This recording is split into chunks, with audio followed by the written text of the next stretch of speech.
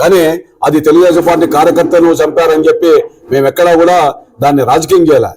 ఇది వ్యక్తుల మధ్య అక్కడ ఉన్నటువంటి క్షణికావేశంలో జరిగినటువంటి సంఘటనలు తీసుకొని వచ్చి ఇదేదో రాజకీయ హత్యలుగాను తర్వాత కక్ష సాధింపుగాను అనేటువంటి భావన సరైనది కాదు. ఎందుకంటే ముఖ్యమంత్రి గారు కానీ ప్రభుత్వం కానీ ఆ విధమైన ఆలోచనలు లేరు.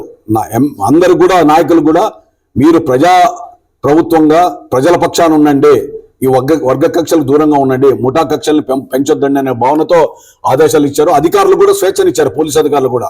గతంలో అయితే మీ చేతుల్లో ఉన్నటువంటి వాళ్ళు, మీ చట్టాన్ని మీ చేతుల్లోకి ఇచ్చినటువంటి వాళ్ళు, ఆ తర్వాత అలాంటి అధికారులను పెట్టుకొని ఏకపక్షంగా మీరు ఉక్కుపాదంతో ప్రతిపక్షాలను అణచివేయడం.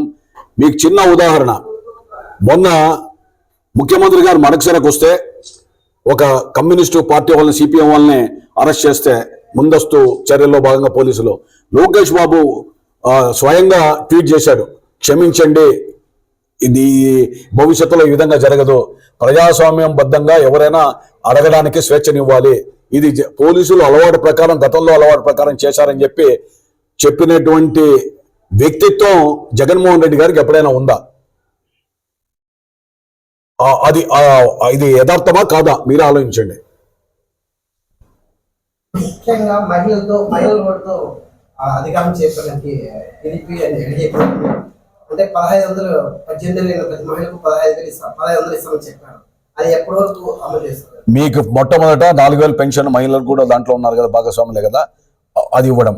అదేవిధంగా రకరకాలుగా ఇప్పుడు చెప్పాను, ఉచిత ఇసుక కావచ్చు, తర్వాత మెగా డిఎస్సి కావచ్చు, తర్వాత ఇవన్నీ కూడా 50 రోజుల్లో ఇవన్నీ కంప్లీట్ చేస్తున్నారు.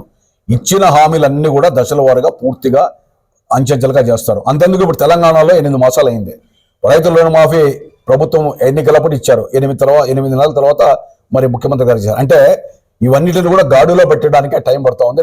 ఇచ్చిన హామీలన్నీ కూడా ఒక్కొక్కటిగా పూర్తి చేస్తున్నటువంటి ప్రభుత్వం మరి చంద్రబాబు నాయుడు ప్రభుత్వం. తప్పకుండా చిత్తశుద్ధితో ఇవన్నీ కంప్లీట్ చేయాలనేటువంటి దీక్ష కంకణ బద్దుడే ఉన్నాడు చంద్రబాబు నాయుడు గారు. దాంట్లో మీకు ఎలాంటి అనుమానం లేదు.